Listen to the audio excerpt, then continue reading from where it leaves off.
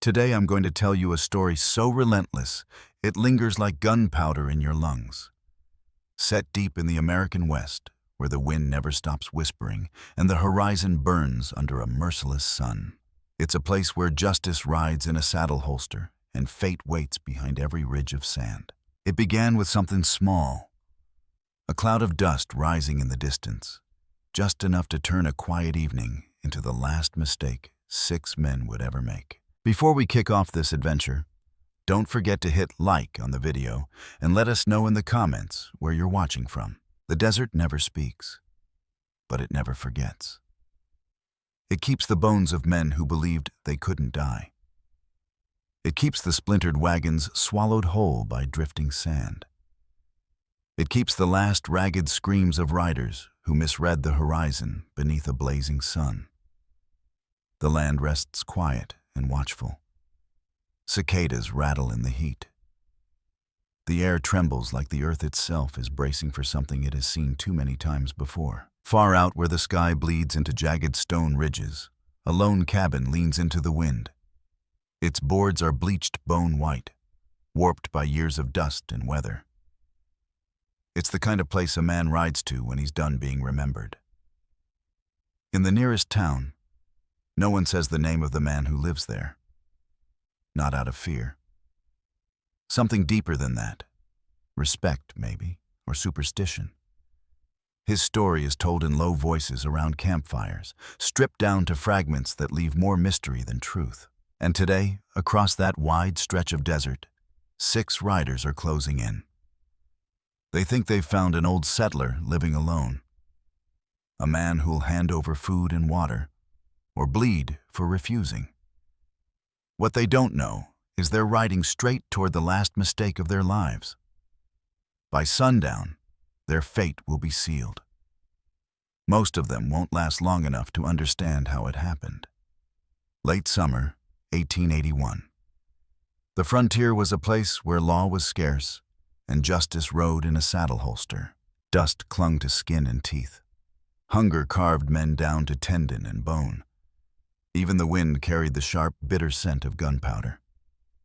Out in that endless sprawl of brush and shadow lived Arlo Creed. His homestead sat on a slight rise, ringed by scattered mesquite and a dry creek bed that hadn't seen water in 3 hard years. The cabin was small, built tight and square. Every seam clean, every board fitted with the care of a man who understood that walls were sometimes the only thing standing between living and dying. An empty corral stood beside it, posts still solid despite time. Arlo himself could pass for ordinary, if you didn't know what to look for. His hair was the color of sun-bleached driftwood, cut short and practical. His beard carried more gray than black. Deep lines marked the corners of his eyes, but they weren't carved by age. They were carved by memory. His hands were thick, scarred beyond ranch work. Rope burns, blade nicks, the faint silver trails of old bullets that had come too close. He moved slow, deliberate, like every motion had already been weighed and approved before his muscles obeyed. That morning, Arlo sat on his porch with a tin cup of coffee cooling in his hand. The desert was still except for the wind, and he listened to it the way some men listen to church hymns. He knew its moods, knew how it shifted when strangers crossed his land. So when a faint cloud of dust rose along the horizon, he wasn't surprised. His eyes tracked it without blinking, the way a man watches a storm he knows is coming straight for him. Miles out, the Iron Fong gang rode hard, horses lathered and restless. 6 men, faces carved by the road, eyes that never met another man's gaze unless they meant to rob him or bury him. 2 days earlier, they'd taken a stagecoach, shot Orson Pike dead before he could shoulder his rifle, and stripped Ellery Shaw and the other passengers of every coin and trinket worth carrying. But that job drew heat. Too much heat. Now they needed a hole to crawl into, somewhere forgotten. From the ridge, the sight of a lone cabin felt like a blessing. One man. No witnesses. Easy supplies. Garrick Vance rode at the front. Tall, lean, his long duster snapping behind him with every stride. His face was narrow, sharp-boned, his smile thin and crooked, never reaching his eyes. Behind him rode Thorn Maddox, broad as an ox, hands heavy as shovels, a jagged scar running from his ear to his collarbone. Next came Rafe Kincaid, small, restless, sharp-eyed, his thumb flicking the hammer of his revolver over and over. Calder Knox and Brig Knox followed close, brothers bound tighter to each other than to any cause. Last rode Tobin Slate, the youngest, still foolish enough to believe outlaws lived by rules. None of them spared a serious thought for the man waiting ahead. As they drew closer, the sun dipped toward the ridges, stretching their shadows long across the sand. Arlo rose from his chair, set his cup on the porch rail, and stepped down into the yard. He didn't fetch a weapon, didn't close the door. He simply stood there, hands loose at his sides, watching them approach. The cicadas swelled louder, their shrill hum swallowing the soft rhythm of hooves.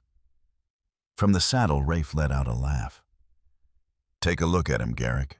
Old man can barely stand straight. This'll be quick." "Careful," Garrick replied without turning. "A rattlesnake don't have to move fast to kill."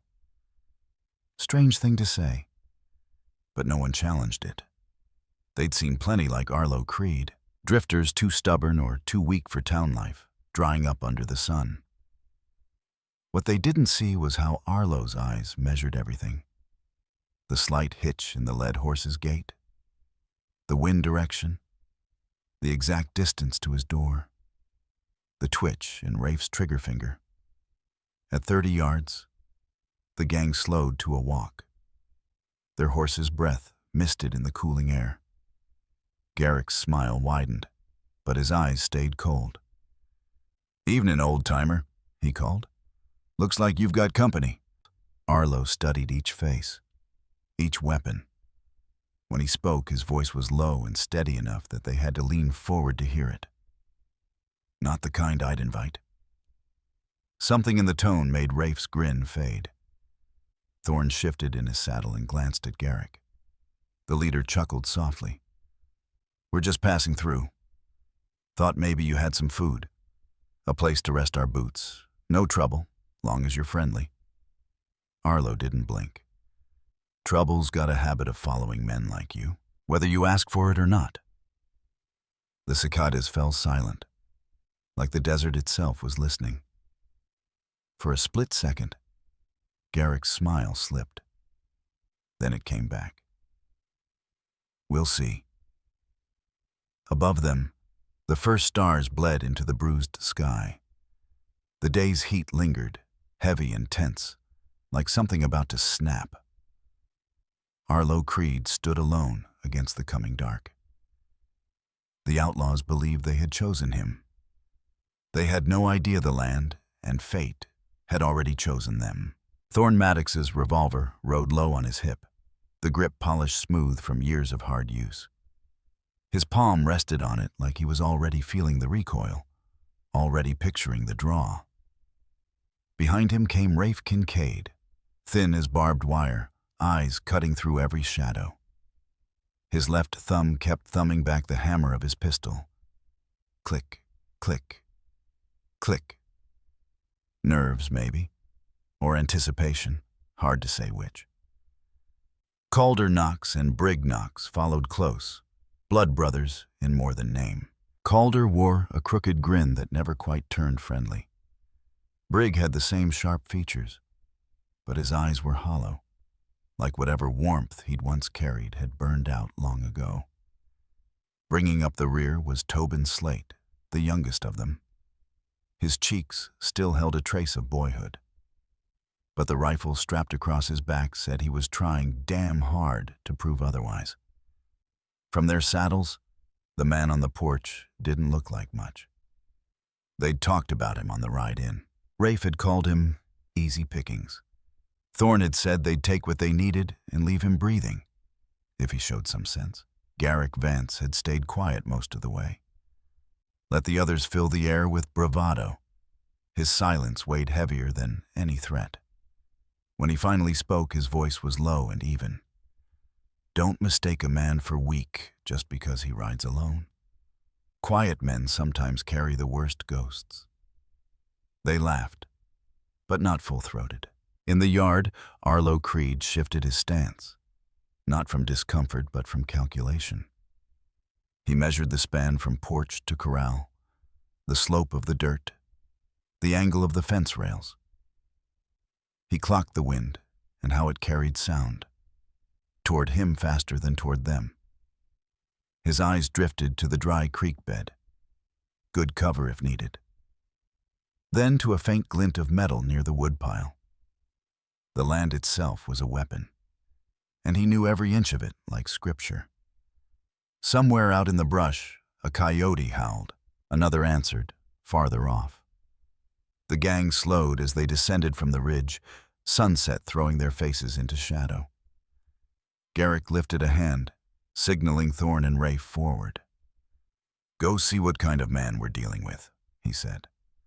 Find out if he's worth talking to, or if we just take what's ours. Thorn's grin widened, all teeth. Simple enough. Rafe spat into the dust and nudged his horse ahead. They approached at an easy walk, saddle leather groaning, dust curling around the horse's legs. Arlo didn't move, didn't reach for a gun, didn't even lean forward. When they were close enough to see the lines etched into his face, he spoke. Evening. One word. Calm, level. No shake in it. The sound of it made Rafe flick a glance at Thorn. It wasn't a greeting. It was a statement. A man who didn't ask questions because he already knew the answers.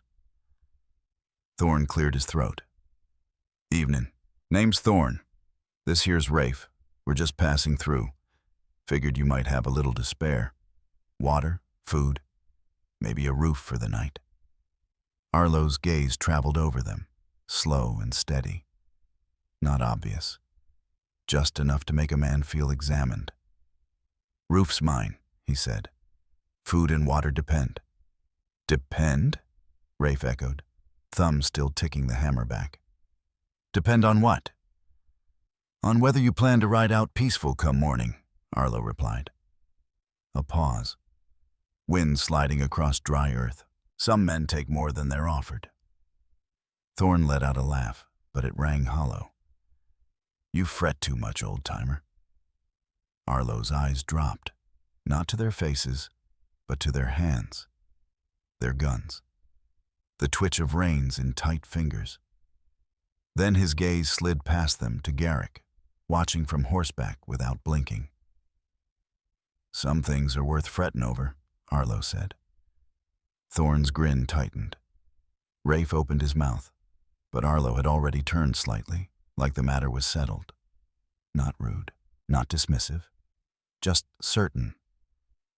From their saddles, details of the yard began pressing in. The woodpile wasn't tossed together. It was stacked with precision, each log cut near identical. Fence posts stood in perfect intervals, rope bindings tight as a drum. Near the corral lay a row of steel traps, coiled and ready, their teeth polished clean. This wasn't neglect. This was preparation. Rafe squinted. No rancher keeps a place this squared away, he muttered under his breath. Thorn shifted in his saddle, suddenly aware of the coyotes again. Closer now. He glanced back at Garrick, who arched a brow as if asking what was taking so long. Thorn forced a grin and called over his shoulder. Reckon we've got ourselves a host. Arlo didn't respond. One hand rested lightly against the porch post. The other hung loose at his side. A gust lifted the edge of his shirt. For just a flicker of a second, Rafe caught sight of leather, not low on the hip, but high and forward, a draw built for speed. The sun sank lower. Shadows stretched long and thin. The air thickened, heavy with something unspoken. Somewhere between the ridge and the porch, the rules had changed. Only one man understood that. Thorn broke the silence. He swung down from his saddle, boots hitting dirt with a dull thud. Leather creaked as his hand settled firm around his revolver. Rafe dismounted slower, body swaying slightly, testing distance like a snake measuring a strike. The space between them and the porch felt tight, like the desert itself was holding its breath. "Reckon we ought to make this clear," Thorn said, voice low but carrying. His eyes never left Arlo's face. There was a cruelty in them, a man used to breaking others. "You can hand over what we want nice and easy," he continued, "or we take it." Arlo didn't blink. Thorn took one more step. Muscles tightened. His hand snapped for the gun. It never cleared leather. A sharp crack split the air, like dry branches snapping underfoot. Thorn's revolver slipped from his grasp before the pain reached his brain. His wrist bent wrong. Bone shifted beneath skin. The gun hit dirt useless and heavy. The scream that tore from his throat ripped through the evening. He clutched his arm to his chest as his knees buckled. Rafe froze. His gaze shot from Thorn's ruined wrist to the old man on the porch. Arlo hadn't moved. Not a step. Yet something had happened, too fast to track. Like lightning at the edge of sight. Instinct screamed at Rafe to draw. He yanked at his pistol and felt resistance. He looked down. The cylinder hung loose in his hand. The pin had been pulled clean. Rounds spilled one by one into the dust at his boots. The gun was still in his grip, but it was dead. His fingers tightened uselessly, metal pieces rattling softly. "What?" he started, but the word collapsed in his throat. Up on the ridge, Garrick Vance and the others had seen it all. Thorn's arm snapping in a blink. Rafe standing stunned, holding a crippled weapon like a fool fresh from sleep. Garrick's easy posture vanished. He leaned forward in the saddle, lips pressed thin, eyes locking onto the man standing calm and unshaken on the porch. Whatever Arlo Creed was, he sure as hell wasn't just a weather-beaten settler, just some sun-blasted homesteader hanging on by his fingernails. But the hush around Arlo Creed thickened, heavy as the heartbeat before a stampede breaks loose. And then, just like that, the moment slid past him, clean and sharp. Like a knife returning to its sheath, Arlo didn't breathe any faster. His feet never shifted.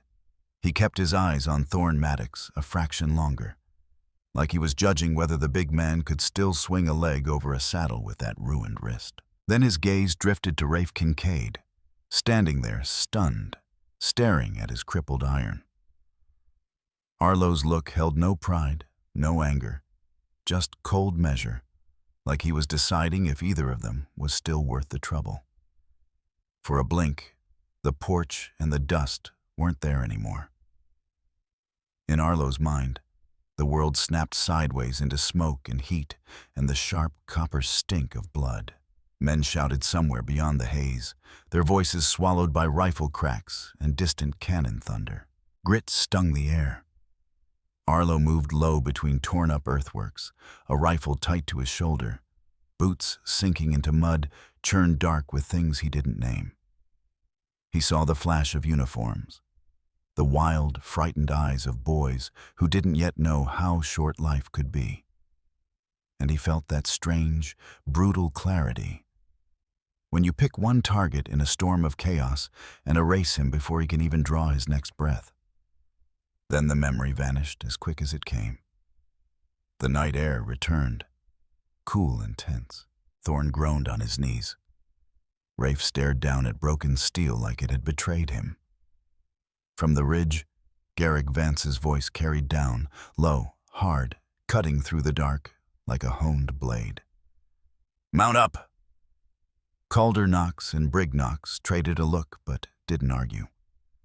Tobin Slate shifted in his saddle, more confused than terrified, then followed as the gang turned their horses away from the cabin. Thorn gritted his teeth, hauled himself up with his good arm, and climbed back into the saddle one-handed. Pain written across his face. Rafe let what was left of his revolver fall into the dirt and fumbled for his reins, pale as chalk. Neither man said a word to Arlo as they wheeled around. They rode after the others toward the ridge, hoofbeats fading until the desert swallowed them whole. Arlo stayed on the porch a few seconds longer, eyes sweeping the ridgeline until the last shape disappeared. Only then did he step inside. The floorboards felt soft under his boots. The air in the cabin ran cooler, carrying the clean bite of cedar from the neatly stacked wood along the wall. He closed the door and turned the lock with a slow, deliberate click. A match flared. The oil lamp on the table caught and bloomed into warm light, pushing back the shadows already creeping in at the windows. Arlo lowered himself into the chair by the table, the wood giving a tired creak, and reached for the coffee he'd left earlier. Cold as creek water in winter, but he drank it without a flinch. Outside, wind slid across sand and brushed the cabin walls like a quiet hand. The night settled in layers. Stars punched through the dark, sharp, distant, unforgiving. The desert began speaking again in its own